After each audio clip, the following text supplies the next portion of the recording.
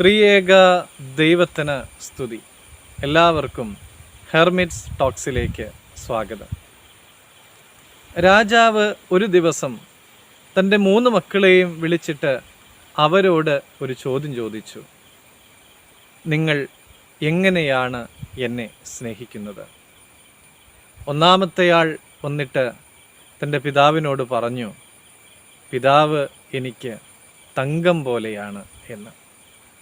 രാജാവിന് വലിയ സന്തോഷമായി. അന്നേരം രണ്ടാമത്തെ ആൾ പറഞ്ഞു, അങ്ങെനിക്ക് പവിഴം പോലെയാണ് എന്ന്.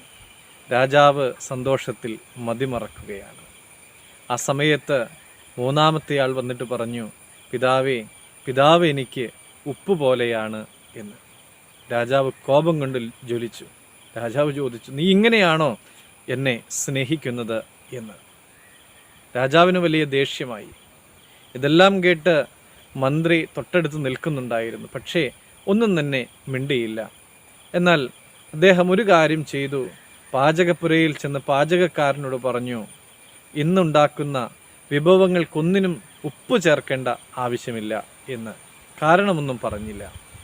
അങ്ങനെ രാജാവ് ഭക്ഷണത്തിനിരുന്നു. വിഭവങ്ങൾ ഓരോന്നോരോന്നായി വന്നു.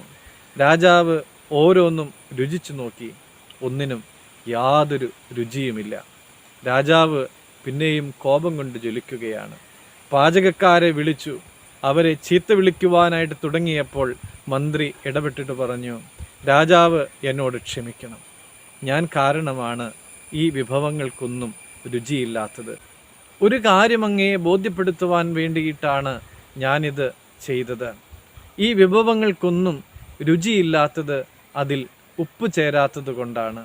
അങ്ങയുടെ 3ാമത്തെ മകൾ അങ്ങയോട് പറഞ്ഞതിങ്ങനെയാണ്, എൻ്റെ പിതാവ് എനിക്ക് ഉപ്പ് പോലെയാണ് എന്ന്. അത്രയ്ക്കും പ്രാധാന്യമാണ് മകൾ അങ്ങയ്ക്ക് നൽകിയിട്ടുള്ളത്. അവളുടെ ജീവിതത്തിന് രുചി പകരുന്നത് രാജാവാണ് എന്നാണ് മകൾ രാജാവിനോട് പറഞ്ഞത്. പ്രിയമുള്ളവരെ, ഇവിടെയാണ് നമ്മുടെ കർത്താവ് പറഞ്ഞ വാക്കുകൾക്ക് പ്രസക്തി ഏറുന്നത്. കർത്താവ് പറഞ്ഞു, നിങ്ങൾ ഭൂമിയുടെ ഉപ്പാകുന്നു എന്ന്. പ്രിയമുള്ളവരെ, മറ്റുള്ളവർക്കെല്ലാം രുചി പകരുവാൻ വേണ്ടിയിട്ടാണ് ദൈവം നമ്മെ ഈ ഭൂതലത്തിൽ ആക്കി വച്ചിരിക്കുന്നത്.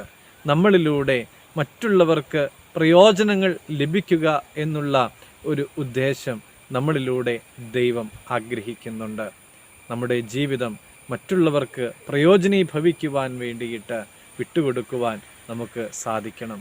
കാരമില്ലാത്ത ഉപ്പായി മാറാതെ നല്ല രുചി വരുത്തുന്നതായ ഉപ്പായി മാറുവാൻ, ദൈവത്തോട് ചേർന്ന് നമ്മുടെ ജീവിതത്തെ ക്രമപ്പെടുത്തുവാൻ നമുക്കെല്ലാവർക്കും സാധിക്കട്ടെ എന്ന് പ്രാർത്ഥിക്കുന്നു. ദൈവം അനുഗ്രഹിക്കട്ടെ.